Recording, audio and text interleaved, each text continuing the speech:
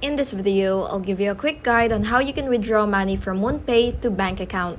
So withdrawing crypto to your bank account is really easy with MoonPay, and here's how you can do it.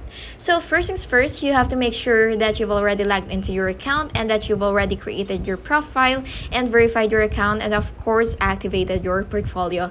And once that's all set, what you will do is you will look for the withdraw feature. So you do have to make sure first that you do have that feature. So once you see withdraw, you will just have to click it, and then you will select the cryptocurrency that you want, and then you will just have to convert it to fiat.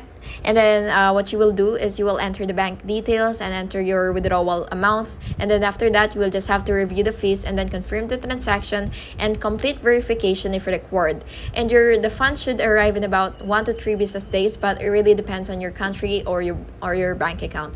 And yeah, that's basically just it. And of course you do have to ensure that all details are correct, and incorrect bank info can delay withdrawals. And yeah, that's basically just it. I hope you found this video helpful, and if you did, please make sure to like and subscribe for more videos like this. Thank you and have an awesome day.